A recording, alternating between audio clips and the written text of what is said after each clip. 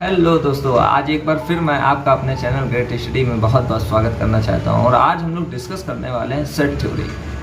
इसको हम लोग हिंदी में बोलते हैं समुच्चय सिद्धांत। बहुत ही गजब का टॉपिक है और इसको हम लोग बिल्कुल बेसिक से सीखेंगे। और ये ऐसा टॉपिक है कि ये आपका क्लास 8th में ही आ जाता है और क्लास 8th में भी रहता है, 9th से शायद हट गया है और कंपटीशन में भी आता है। और देखा जाए तो फर्स्ट ईयर में ये टॉपिक हमारे एनसीईआरटी में आ गया है। ठीक है, तो वो आपका चाहे सीबीएसई बोर्ड हो चाहे यूपी बोर्ड हो, दोनों के लिए कॉमन है। ठीक है, इस टॉपिक को आपको पढ़ना ही है। ठीक है, तो यहाँ पर हम लोग आज सबसे पहले सेट थ्योरी का बेसिक जानेंगे। बेसिक याद रखिएगा कि उसी तरीके काम करता है जैसे एक मकान की नींव। एक मकान है और उसकी नींव है, अगर वो आप मजबूत रखेंगे तो आप मकान जितना ऊंचा चाहें उतना ऊंचा क्या कर सकते हैं, बना सकते हैं। यानी आप उसमें पहली मंजिल, दूसरी मंजिल, तीसरी मंजिल, जितनी मंजिल चाहें आप क्या कर सकते हैं, उसमें खड़ी कर सकते हैं। क्यों? क्योंकि उसकी नींव क्या है, मजबूत है। तो उसी प्रकार से यहाँ पर भी टॉपिक है, टॉपिक की नींव को मजबूत करना, यानी उसकी बेसिक इन्फॉर्मेशन हमें बहुत ज़रूरी है, पता होनी चाहिए। तो यहाँ पर हम लोग समझते हैं सेट थ्योरी क्या होती है। और यहाँ पर साइड में आपको मैं कुछ दिखाता भी जाऊँगा, कुछ सिंबल्स दिखाऊंगा और काफ़ी अच्छी जो भी इंटरेस्टिंग फैक्ट्स हैं सेट थ्योरी से रिलेटेड वो भी मैं यहाँ पर बताऊंगा। बात करते हैं सेट थ्योरी के। भाई अगर मान लो ये टॉपिक आया तो किसी न किसी ने इस टॉपिक की खोज की होगी, तो हाँ बिल्कुल सही है। जर्मन के एक हमारे क्या थे, गणितज्ञ थे, उनका नाम था जॉर्ज कैंटर। ठीक है, यानी जॉर्ज कैंटर नाम के वैज्ञानिक ने डेवलप किया था सेट थ्योरी को। यानी सेट थ्योरी की जो बेसिक डेफिनेशन है, यानी कहें तो प्रारंभिक जो डेफिनेशन है, परिभाषा है, वो किसने दी थी? जॉर्ज कैंटर ने दी थी। ठीक है, तो यहाँ पर उन्होंने बताया क्या था, सेट थ्योरी होती क्या है। सेट थ्योरी को हटा दीजिए बाद में, सबसे पहले हम लोग समझते हैं सेट क्या होता है। सेट को हिंदी में बोलते हैं समुच्चय। क्या बोलते हैं? समुच्चय। यहाँ पर अगर देखा जाए तो जैसे हम लोग कभी कदार कहते हैं, आप गए होंगे चूड़ी वाली दुकान पर गए होंगे तो वहाँ पर आपने देखा होगा कि जो आपके मम्मी पापा नहीं बोल सकते हैं, मम्मी भाई बहन, उनको चूड़ियों का क्या होता है, शौक होता है। तो वहाँ पर जब आप जाते हैं तो चूड़ी वाला जो दुकानदार होता है उससे आप कहते हैं कि हमें एक चूड़ी का क्या दिखाइए, सेट दिखाइए। यानी वहाँ पर चूड़ी का सेट का मतलब है कि एक पैटर्न उसमें नजर आना चाहिए। यानी लाल है तो सारी चूड़ियाँ कैसी होनी चाहिए, लाली होनी चाहिए। हाँ, उनकी डिजाइन क्या हो सकती है, बदल सकती है। यानी साइज फिर एक ही होना चाहिए। यानी अगर एक चूड़ी इतनी है तो उसमें चाहे जितने कड़े लगा लीजिए, उन सबका साइज क्या होना चाहिए, एक ही होना चाहिए।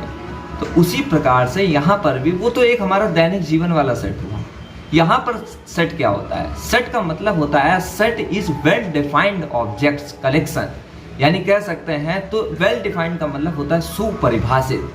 सुपरिभाषित का मतलब क्या होता है? जो फिक्स है, यानी हमारे मन से आवाज निकल रही है कि हाँ यार वाकई में वो चीज होती है, इसको बोलते हैं सुपरिभाषित। अभी मैं आपको बताऊंगा वेल डिफाइंड क्या होता है। यानी आप ये कह सकते हैं कि a set is the collection of well defined object. यानी सुपरिभाषित वस्तुओं के समूह को ही हम क्या बोलते हैं, सेट बोलते हैं। यहाँ पर आपको डेफिनेशन समझ में आ गई। इसके जो गणितज्ञ थे, यानी जिन्होंने इसकी खोज करी थी, जिन्होंने इसको बनाया था, जिन्होंने इसकी थ्योरम दी थी, उनका भी साइंटिस्ट का गणितज्ञ मैथमेटिशियन का मैंने आपको नाम बता दिया है। ठीक है, क्या नाम था? जॉर्ज कैंटर नाम था।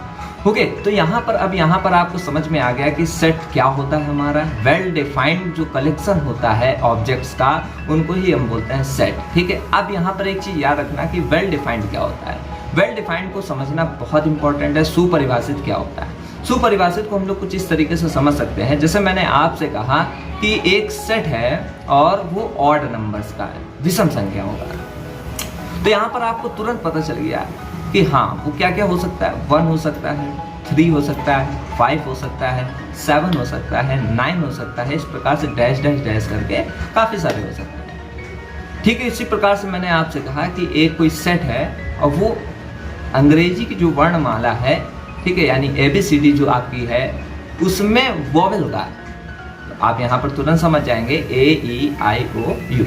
यानी ये भी एक हमारा क्या है, वेल डिफाइंड है। यानी हमें यहाँ पर जैसे ही मैं आपसे कह रहा हूँ आपको तुरंत समझ में आ रहा है कि भैया क्या बोलना चाह रहे हैं। ठीक है, मैंने आपसे कहा कि इस पूरे विश्व में बुद्धिमान लोगों का समुच्चय है।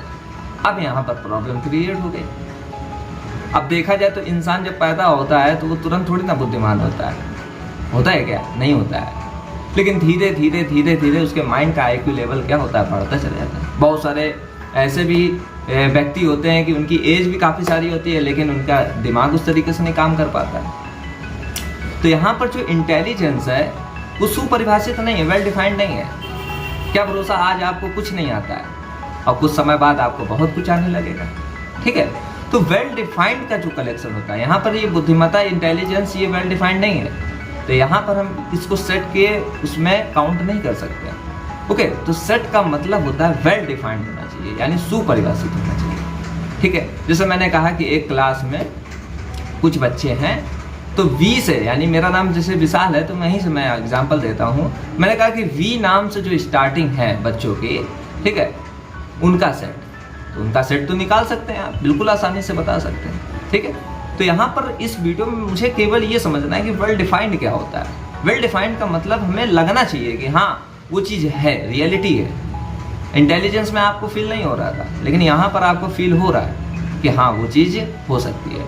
ठीक इसी प्रकार से मैंने कहा कि पूरे विश्व में खतरनाक जानवरों का समुच्चय है।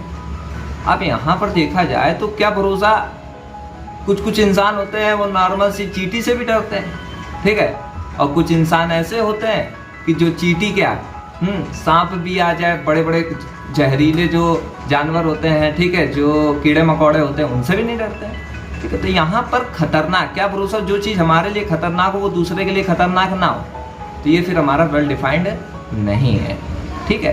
तो यहाँ पर आपको समझ में आया कि सेट क्या होता है, कि वेल डिफाइंड ऑब्जेक्ट्स का जो कलेक्शन होता है उसको हम क्या बोलते हैं, सेट बोलते हैं। ओके, अब यहाँ पर जो सेट होता है उसको हम लिखते कैसे हैं, तो कभी भी याद रखिएगा कोई भी सेट होगा उसको हम ABCD के कैपिटल लेटर से लिखते हैं। वो हमारा सेट A भी हो सकता है लेकिन कैपिटल लेटर में होगा, वो हमारा सेट B भी हो सकता है लेकिन कैपिटल लेटर में होगा, वो हमारा सेट C भी हो सकता है लेकिन किस में होगा, कैपिटल लेटर में होगा। ओके, अब यहाँ पर देखिए क्या है कि जो आपका सेट होता है उसके अंदर लिखने का तरीका बता रहे हैं, ठीक है। 2 प्रकार के मेथड होते हैं, वो अभी मैं बताऊंगा आपको, नेक्स्ट वीडियो में बताऊंगा। सेट जो होता है उसको लिखने का जो तरीका होता है कुछ इस प्रकार से, मंझला ब्रैकेट जिसे हम बोलते हैं, ठीक है। बोर्ड मास थ्योरी आपने पढ़ी होगी, वहाँ पर जो मंझला ब्रैकेट होता है उसके अंतर्गत हम क्या करते हैं, ऑब्जेक्ट्स को लिखते हैं, ठीक है। उनको ऑब्जेक्ट्स भी बोल सकते हैं और उनको हम एलिमेंट भी बोल सकते हैं। साइड में आपको दिख भी रहा होगा, कुछ इस प्रकार से हम सेट को क्या करते हैं, रिप्रेजेंट करते हैं। ओके, तो ये भी बात आपको समझ में आई, यानी अंदर जो भी हैं, यानी उस ब्रैकेट के अंतर्गत, वो बाउंड्री समझिए, और उसके अंतर्गत जो भी 1 लिखा है, 2 लिखा है, 3 लिखा है, 4 लिखा है, वो सब आपका क्या कहलाएगा, एलिमेंट कहलाएगा। यानी 1 भी आपका एलिमेंट है लेकिन किसका, सेट A का है। 2 भी आपका क्या है, एलिमेंट है लेकिन किसका है, सेट B का है। 3 भी आपका एलिमेंट है, किसका है, सेट A का है, ठीक है।